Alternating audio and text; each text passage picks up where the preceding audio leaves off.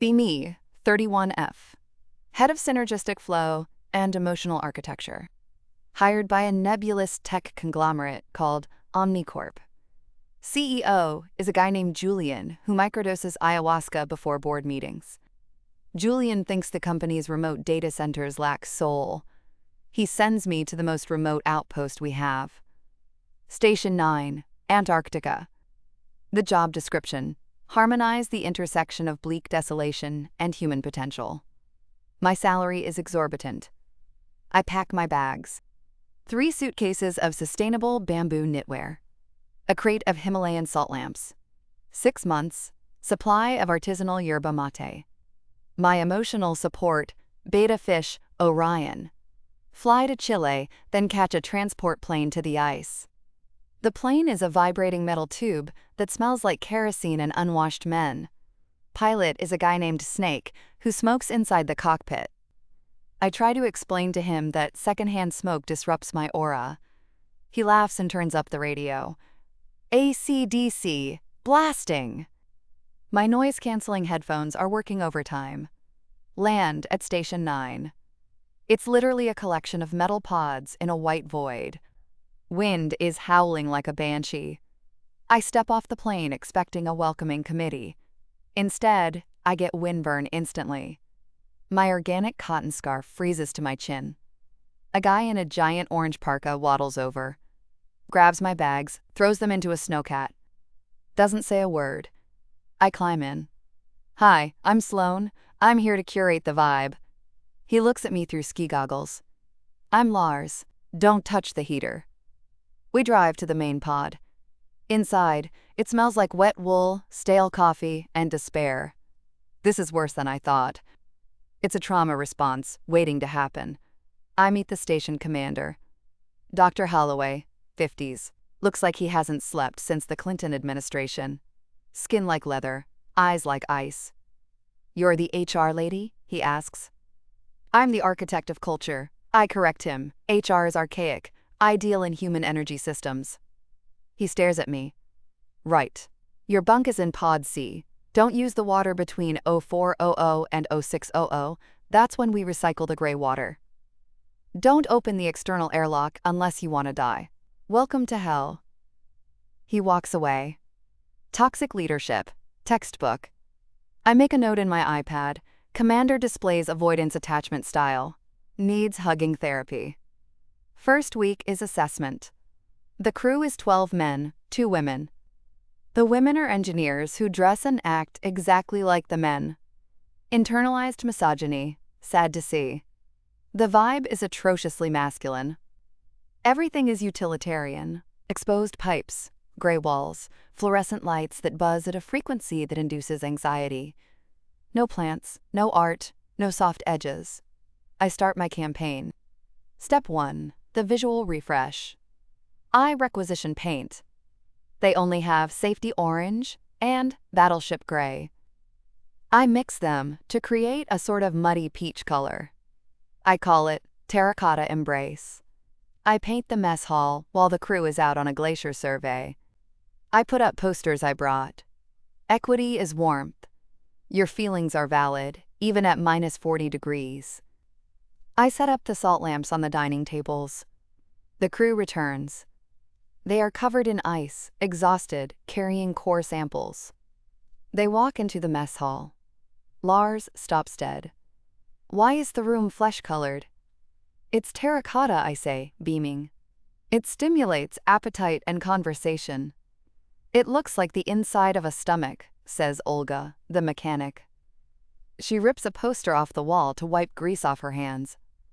Hey, that represents psychological safety.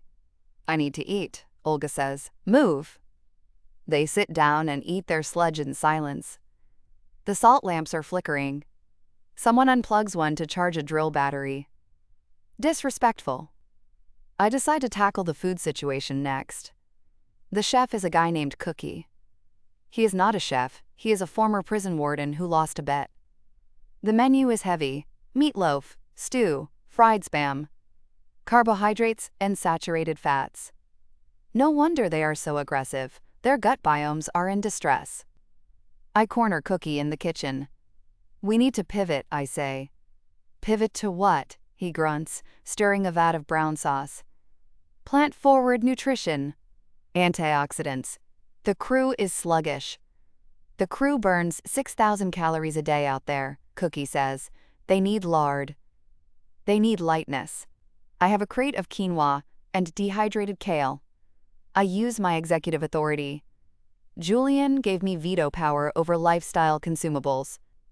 I replace Taco Tuesday with Mindful Millet Monday. I serve a deconstructed beet salad with a whisper of tahini. The crew comes in. They look at the trays. Silence. Dr. Holloway walks up to the serving line, pokes the millet with a spoon. Where is the protein? Quinoa is a complete protein, I explain gently. Where's the meat, Sloan? Meat carries the energy of suffering. We are cleansing the station's karma. Holloway looks at me. His eye twitches. He walks to the pantry, grabs a can of Spam, opens it with a knife, eats it cold, standing in the middle of the room, maintains eye contact with me the whole time. The rest of the crew follows suit. 12 people eating cold Spam out of tins in my peach-colored room.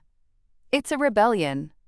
I retreat to my office, converted broom closet, to journal. The subjects are resistant to elevation, heavy calcification of the pineal gland detected. I need to go deeper. The problem is the environment itself. The noise. The station runs on 3 massive diesel generators. They vibrate the floor constantly. Hum. It disrupts my transcendental meditation practice. I go to engineering. Lars is there, yelling at a piston. Lars, we need to talk about the auditory landscape. What? He can't hear me over the engine.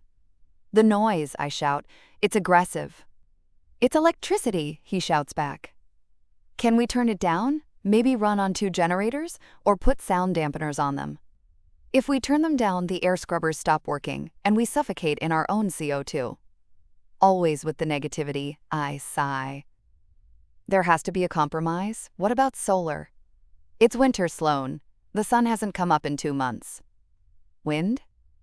Wind turbines freeze solid in 10 minutes. You're blocking solutions because you're attached to the machine aesthetic. I leave. I decide to take matters into my own hands. I find the thermostat controls in the main hallway. It's set to 72 degrees. Tropical. Wasteful. Artificial heat creates artificial tempers. I read a study that said 64 degrees is optimal for cognitive clarity. Also, it saves fuel, which is good for the planet, even though we are the only people on the continent. I hack the passcode. It was 1234. Security here is a joke. I lower the temp to 64. I tape a sign over the control, cooling for consciousness, put on a sweater, and embrace the hug of the air. Next morning, everyone is shivering at breakfast. They are wearing double parkas. Mood is dark. Olga is sharpening a screwdriver. Why is it so cold? Someone asks. I adjusted the ambient temperature to mimic a natural circadian dip, I announce. Holloway stands up. He looks like a yeti. Sloan? Change it back. Doctor, discomfort is where growth happens. You're all too comfortable. We are in Antarctica. The outside temperature is -80. Comfort is survival. That's a limiting belief. Holloway walks to the thermostat, sees my sign, rips it down, punches in 1234, cranks it to 75. Do not touch life support systems, he growls. I feel threatened. I file a report with OmniCorp HR via satellite email. Subject: hostile work environment. Commander Holloway displays authoritarian tendencies and refuses to engage in dialogue about thermal equity. No reply. Julian is probably at Burning Man. Weeks pass. I am isolated. The crew stops talking when I enter rooms. They call me the vibe behind my back. I hear them. Watch out, here comes the vibe. They don't understand I am trying to save them from their own toxic masculinity. Then, the incident happens. I notice the lighting in the server room. It's harsh white LED. The servers hold the company's most precious data. Algorithms, user profiles. Machines have feelings too. Or at least, they react to energy fields. I decide the servers need a rest period. I order some gels to put over the lights. Deep magenta. Chromotherapy. I wait until the night shift, which looks like the day shift because it's always dark. I sneak into the server room. Lars is asleep in a chair, drooling. I get up on a ladder and tape the magenta gels over the lights. The room transforms. It looks like a womb, pulsating, gentle. I feel the servers relaxing. The hum seems softer. I leave, feeling accomplished. 2 hours later, klaxons. Red strobes everywhere. I wake up, grab my silk robe. Run to the command center. Chaos. Holloway is screaming into a radio. Lars is running around with a fire extinguisher. What's happening? I ask. Lars points at me. You? Me? The sensors! The optical fire sensors in the server room. What about them? They operate on a specific light spectrum. You put purple filters on the lights. Magenta, it's for calming. The sensors interpreted the light shift as a chemical fire. The halon system triggered. Oh God. Halon gas sucks the oxygen out of the room to kill fire. It also kills people. And it shuts down the servers to prevent short circuits. The data center is offline, Holloway says, voice trembling with rage. We lost connection to the global grid. Julian is going to lose millions. But the vibe in there was very soothing before the alarm. I offer. Holloway points to the door. Get out. I think we should debrief this while emotions are fresh. Get out. I retreat to my pod. I light incense to clear the negative energy directed at me. The smoke detector goes off. Holloway smashes the speaker with a boot. I am now persona non grata. They lock me out of the command center. They lock me out of the kitchen. They leave a tray of spam and crackers outside my door twice a day. I am a prisoner of my own holistic revolution. But I can't give up. The ultimate test is coming. The Great Whiteout. Meteorology predicts a Category 5 polar vortex. Winds 100 miles per hour. Temps dropping to -100 F. The station goes into lockdown. The shutters slam down. The noise of the wind is terrifying, like a physical weight pressing on the metal. I can feel the fear in the station. It's a palpable miasma. I need to intervene. They need leadership, spiritual leadership. I break out of my pod. I used a nail file to shimmy the lock. They underestimated me. I make my way to the common area. The crew is huddled there. They are wearing survival suits. The generators are groaning. Lights are flickering. Lars looks worried. Injectors are icing up, he says to Holloway. If we lose Gen 2, we lose heat in the hab block. Keep it running, Lars. Pour the additive in. I step into the center of the room. Everyone, listen to me. They look up. We are manifesting panic. The storm is reacting to our fear frequency. Olga puts her head in her hands. Not now, Sloan. Yes, now. We need to ground ourselves, form a circle. We need to keep the fuel lines from freezing, Lars says. The fuel lines are a metaphor for your blood flow. If you are rigid, the machine is rigid. I try to grab Holloway's hand. He recoils. Sloan, go back to your room. This is life or death. Exactly. And you are choosing death by choosing stress. We need to lower the station's metabolic rate. I look at the control panel on the wall. The master power grid. I see the switches for non-essential systems. I lunge for it. I'm turning off the external sensors in the comms array. We need to focus energy inward. Don't! Holloway screams. I flip the switch. Everything goes black. Silence. The hum stops. I didn't turn off the comms. I hit the master cutoff. I killed the generators. The wind howls louder, triumphant. For 10 seconds, there is absolute, crushing silence. Then, The cold hits. It's not gradual, it's a slap. The emergency lights kick on. Dim, sickly yellow. "You idiot," Lars whispers. "You killed the restart cycle." I was just trying to create a moment of stillness. I stammer. "The glow plugs are cold," Lars yells, checking the readout. "We can't restart them without external heat. And we have no power for external heat." Holloway grabs me by the shoulders of my bamboo cardigan. He shakes me. "You have doomed us." The temperature drops 10 degrees in 5 minutes. Frost starts forming on the inside of the walls instantly. We are going to freeze to death in the dark. Because I wanted a vibe shift. Panic sets in. Real panic. Not the "I missed my yoga class" panic. Primal, lizard brain fear. I start hyperventilating. "My crystals," I whisper. "I need my crystals." "Forget the damn crystals," Olga shouts. "We need fire!" "We can't have open flame. The oxygen is recirculated," Lars counters. "We die of CO2 or we die of cold. Pick one." They are arguing. I curl into a ball on the floor. This is not a safe space. My teeth are chattering. My sustainable fibers provide zero insulation. I am shaking so hard I can't think. Holloway looks at me. He looks at the crew. He looks at the furniture. "Burn it," he says. "What?" "The furniture, the tables, the chairs. Burn it in the central drum. We vent the smoke through the emergency hatch." "But the toxicity," I whimper. "Shut up," the entire crew screams in unison. They start smashing my terracotta mess hall. They smash the tables. They smash the chairs. Lars grabs my crate of salt lamps. "No!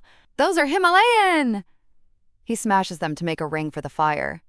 They pile the wood in the center of the room. They douse it in cleaning alcohol. Holloway lights a flare. Whoosh! Fire. Real dirty, smoky orange fire. The smoke rises, choking us slightly before being sucked out the vent. But the heat. Oh God, the heat. It radiates out. The crew huddles around it. Shoulder to shoulder. No hierarchy, no gender, just meat seeking warmth. I am on the outside of the circle. Shivering. Holloway looks at me. He sighs. He gestures for me to come in. I crawl over. I squeeze in between Olga and Cookie. Olga smells like grease and sweat. Cookie smells like spam. It is the most beautiful smell in the world. I warm my hands. The fire flickers. "We need more fuel," Lars says. "The wood is burning fast." They look around. There is nothing left to burn. Except my room. Holloway looks at me. "Sloan?" "Yes?" "Your luggage. My bamboo knitwear, my journal, my vision board. It's organic material. It will burn." I hesitate. That is my identity, my curated self. I look at the fire. It's dying. The cold is creeping back. I can feel my toes going numb. I look at the crew. Their faces are illuminated by the dying embers. They look tired, scared. I realize something. Vibes don't keep you warm. Calories keep you warm. Fire keeps you warm. I stand up. "Take it," I say.